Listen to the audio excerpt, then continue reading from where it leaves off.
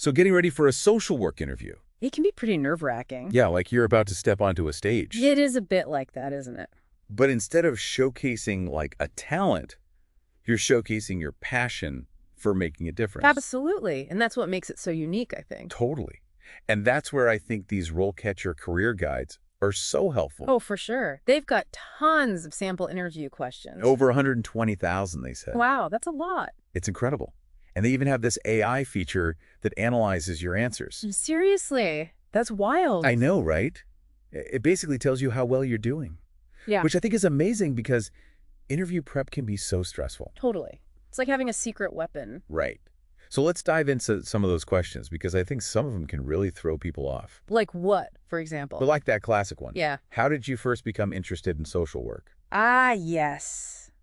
The age-old question. It seems simple, but it's kind of like they're asking for your social work origin story. Exactly. What sparked that passion in you? Was it a personal experience? A book you read? A mentor? Maybe a defining moment that changed everything. Yeah. I think that's what makes this question so important. It's not just about stating the facts. It's about conveying your why. Yes. Exactly. Your driving force, the thing that gets you out of bed every morning, ready to make a difference. Okay, so let's say someone asks you that. How would you answer it? Without, like, giving a textbook answer. Well, I think it's all about making it personal. Think about a specific story or anecdote that really illustrates your passion for social work. So instead of saying, I've always enjoyed helping people, Which is a bit generic. totally, you could share a specific instance where you helped someone. Maybe a time you volunteered or witnessed an injustice that moved you to action. Those are great examples. And I think that's what resonates with interviewers. It's authentic. It shows them who you are at your core. Exactly. And speaking of authenticity, RoleCatcher's Career Guide emphasizes the importance of aligning your aspirations with the organization's mission. That's so key. They even gave some examples of how a social worker's responsibilities can evolve over time. Oh, that's helpful. I know. It's like you can weave those aspirations into your answer to show your commitment. Like saying, I'm not just here for a job. I'm here to build a career, Exactly. to make a real impact. Okay, let's move on to another question that I think could be tough. Okay, hit me with it. How do you handle difficult or challenging clients? Ah, yes. The million-dollar question. It's like they want to know you can handle the heat And that you won't crumble under pressure. because, let's be real, social work can be tough. No doubt about it. So how do you show them you're up for the challenge? This is where you need to demonstrate emotional intelligence. So not just what you did, but how you handled the situation. Precisely. Mhm. Did you remain calm under pressure? Did you de-escalate a tense moment? Did you build trust with a resistant client? And I think it's really important to have a specific example ready to share Yes. Don't just talk the talk, walk the walk. and make it a good one. One that showcases your ability to navigate complex emotions and challenging situations. Because that's what social work is all about, right? It's about being a beacon of hope in the face of adversity, And having the strength and resilience to guide others through difficult times. while remaining grounded and compassionate yourself. I love that. And you know what else I love? What's that? RoleCatcher's Career Guide had this amazing example. Oh, yeah. What was it? It talked about a candidate who totally diffused this really challenging encounter with a client How'd they do that? by actively listening to them. Really? Yeah. And validating the client's perspective, even when it was different from their own. Wow. That's powerful. I know, right? It showed so much empathy and resilience. It demonstrated a deep understanding of the complexities of human behavior. And that's what makes a great social worker. Absolutely. Okay, next question. What experience do you have working with diverse populations? Yes, cultural competence. This is huge in social work, Because you're working with people from all walks of life. with different backgrounds, beliefs, and experiences. Exactly. So how do you show them you're up for the challenge of working with such a diverse population? This is your chance to showcase your understanding of diversity and your commitment to inclusivity. Do you have any experiences working with marginalized communities? Have you received any training on cultural sensitivity? Are you fluent in any other languages? These are all great things to highlight. And I think it's really helpful to connect your experiences back to the specific role you're interviewing for. Right, because different roles might require different levels of cultural competence. Exactly. And speaking of qualification certifications, like the licensed clinical social worker, Hmm. LCSW, can really make you stand out. Absolutely. It shows a commitment to professional development, And a deep understanding of the ethical and legal considerations of social work practice. which are crucial in today's world. Okay, now for the million-dollar question. How does RoleCatcher's AI actually help with all of this? What's amazing, actually, you can literally type in your responses to these interview questions. Why, really? Yeah, and the AI analyzes them based on the specific job description you're targeting. No way. That's incredible. I know. It's You- like having a personal interview coach in your pocket. So it's not just about giving a generally good answer. It's about tailoring your responses to the specific role and organization. That's amazing. So it's like getting personalized feedback on how to improve your answers. Exactly. And it even suggests ways to incorporate keywords from the job description. Wow, that's impressive. It's all about giving you that extra edge. I love it. Okay, we've covered a lot of ground here, We have. but I feel like we've just scratched the surface. There's always more to learn. Always. All right, well, let's take a quick break and then we'll come back and dive into some more of these interview questions. Sounds good to me. So, when they ask about prioritizing your caseload and managing time, Oh, yeah, that one. that's a big one. It feels like it's less about having all the answers. Right. It's more about showing you have a system Exactly. Like, how do you stay organized when things get crazy? because it can get really hectic in social work. Totally. So what are some things you can say to show them you've got this? Well, first off, think about the tools you use. Like a planner. Yeah, or a specific app you like. Or even just a good old-fashioned to-do list. Exactly, whatever works for you. But be specific. Don't just say, I'm organized. Right. Give them an example of how you use your system to stay on top of everything. Like, I use a digital calendar to schedule client meetings and deadlines, and I set reminders so I don't miss anything. Perfect. That shows them you're on top of it. And I think it's important to connect it back to client care. How so? Like you could say, this system helps me ensure that I'm always available for my clients and that I never miss an appointment. Oh, I see. That's good. Because ultimately, that's what it's all about, right? Yeah. Providing the best possible care for your clients. Exactly. And to do that, you need to be organized and efficient. And you know what else is really helpful? What's that? RoleCatcher's Career Guide suggested using the STAR method to structure your response. Oh, yeah. Tell me more about that. So you start by describing the situation, Okay. then you talk about the task you had to complete, Got it. and then the action you took, Makes sense. and finally, the result of your actions. That's a great way to structure it. It keeps you focused and concise. Yeah, exactly.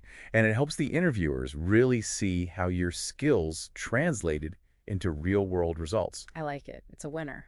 Okay, let's shift gears a bit and talk about professional development, Okay. Sounds good to me. because they're definitely going to ask about it. Like, how do you stay up to date on the latest research and best practices? Yeah, something like that.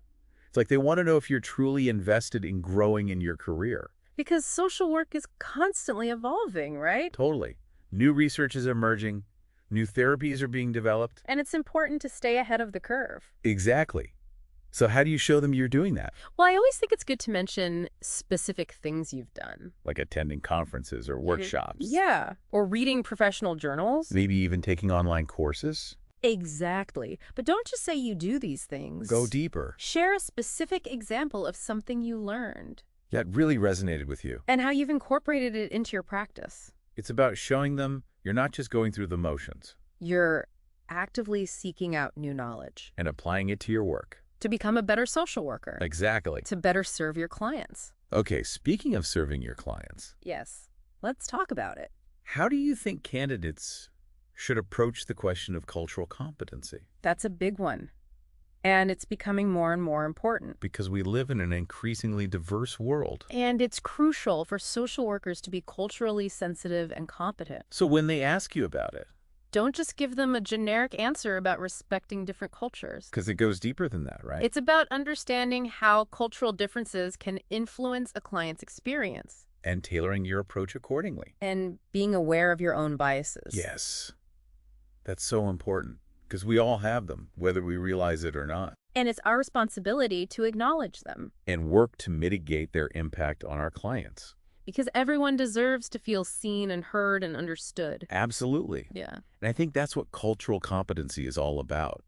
Creating a safe and welcoming space for everyone. I love that. Okay, let's talk about ethics.